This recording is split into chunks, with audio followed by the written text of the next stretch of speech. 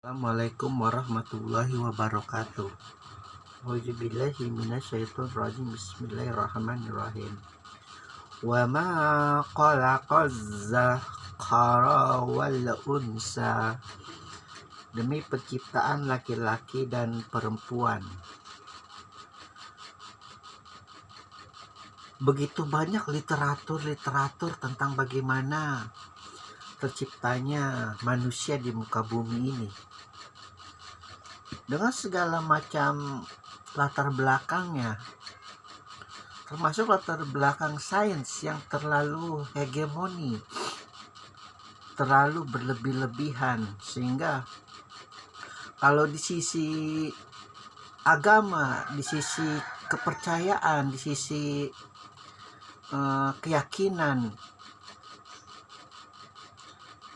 mereka sering mengatakan bahwa apa yang terjadi tentang penciptaan tentang manusia itu laki-laki dan perempuan adalah suatu hal yang muskil, hal yang mustahil, dengan berbagai macam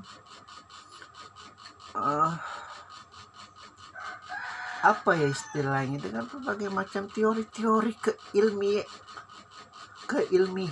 keilmiahannya, kesaintifikannya, bentuk-bentuk bahwa manusia itu adalah dari satu partikel lalu berkembang biak miliaran tahun.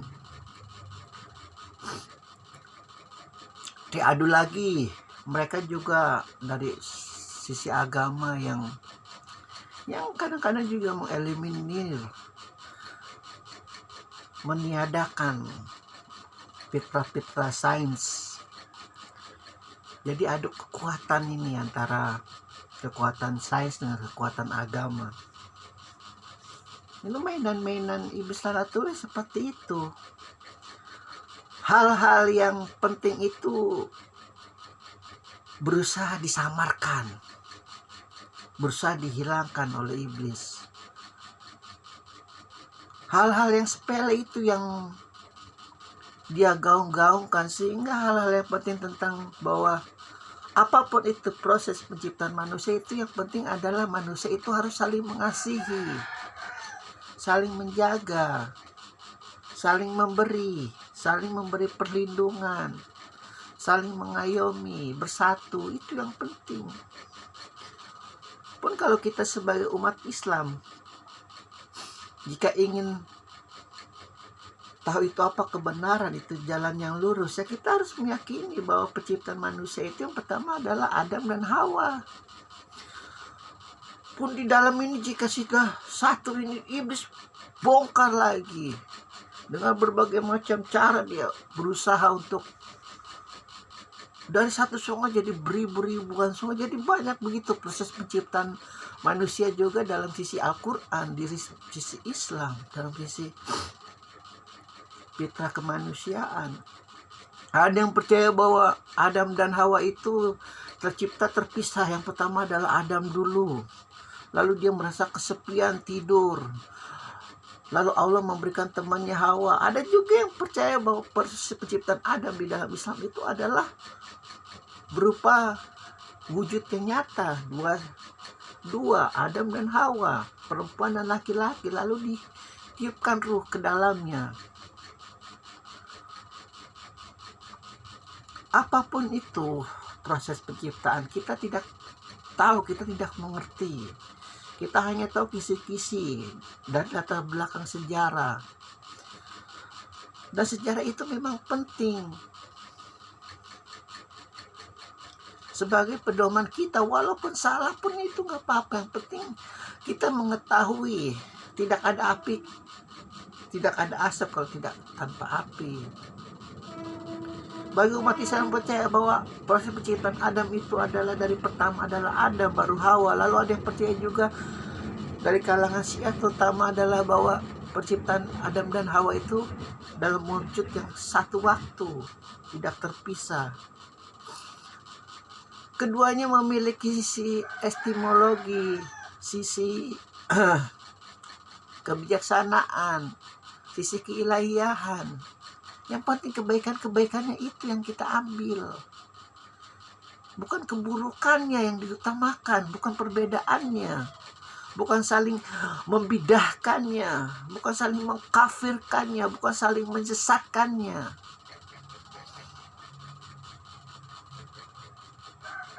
Banyak orang yang berpikir bahwa apa yang kita ketahui itu seluruh manusia juga tahu. Itu suatu hal yang sangat berbahaya.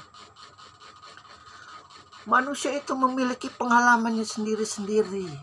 Manusia memiliki intelektualitasnya sendiri-sendiri, memiliki perasaan batinnya sendiri, dan proses untuk mengolah hawa nafsunya juga sendiri-sendiri. Apa yang kita percayai tentang, salah satu contohnya adalah proses penciptaan manusia, itu Adam dan Hawa. Itu jangan kita pikir sama. Jadi ketika ada yang berbeda, lalu kita merasa mereka itu sesat, bidah. Pun begitu bagi mereka yang percaya saintifik, bahwa bumi ini dari Big Bang.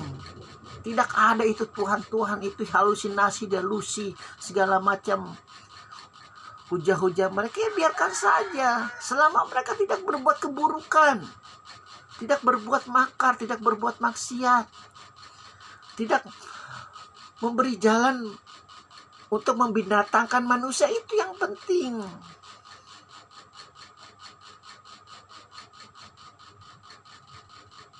Jaga lidah, jaga hati, jaga mata, jaga panca indera. Itu yang paling penting. Apapun yang kita yakini tentang proses penciptaan Adam dan Hawa, itu pasti jauh berbeda dengan kita yang ada manusia di Alaska. Pasti manusia ada juga yang dari serigala loh. Ada yang juga dari monyet. Leluhur mereka bahkan ada yang dari anjing sekalipun. Ya biarkan saja. Keadilan ilahi nanti akan menentukan mana yang paling benar di hari penghisaban. Karena manusia itu terbatas, umurnya terbatas. Manusia bukan malaikat. Pun malaikat juga memiliki pengetahuan terbatas. Kalau malaikat memiliki pengetahuan yang tidak terbatas, tentu dia tidak akan belajar dari Adam. Tentu dia akan mengetahui seluruh ke alam semestaan ini. Begitu. Bukan perbedaannya yang kita cari-cari lalu kita jadikan. Jadi kalau enggak saling berantem, kalau enggak saling hujat, kalau itu enggak asik. Makanya malaikat itu berbicara, aduh kenapa sih kau ciptakan manusia Tuhan Allah? Kau lihat itu jin kerjanya berperang. Kurang cukup kami yang selalu bertasbih, berzikir, menyembahmu, kurang. Itu kan jeritan hati. Seorang malaikat yang dengan pengetahuan yang terbatas, dia berhujah kepada Allah, kenapa sih ciptakan manusia? Kau tidak tahu apa yang aku ketahui, kata Allah. Semua itu serba gaib. Apa yang kita ketahui tentang dunia ini tidak mencapai 1%. Namun kita manusia harus berikhtiar, harus bertawakal. Demi apa? Demi keturunan-keturunan kita nanti, agar mereka hidup lebih bahagia daripada kita, agar lebih sejahtera daripada kita. Cara dengan apa? Ya hukum mereka yang berhak dihukum. Jangan memberikan tempat bagi mereka yang harusnya dihukum. Akan terjadi keseimbangan, keharmonisan. Suatu negara seperti itu dimulai dari keluarga dulu yang paling kecil. Tebarkan kasih sayang luar biasa. Partikel yang paling kecil itu keluarga. Proses penciptaan Adam dan Hawa itu juga kan pertama dari keluarga, dari laki-laki dan perempuan dulu. Tidak ujuk-ujuk Allah menciptakan miliaran manusia lalu diberi ruh, tidak. Makanya dia bersumpah demi penciptaan manusia. Dia yang maha tahu itu memberi kisi-kisi. Ayo banyak kisi-kisi tentang penciptaan manusia. Tebarkan kebaikan, itu pitah tanah. Tebarkan kesabaran. tebarkan bibit-bibit kebaikan. Alhamdulillahirabbil alamin.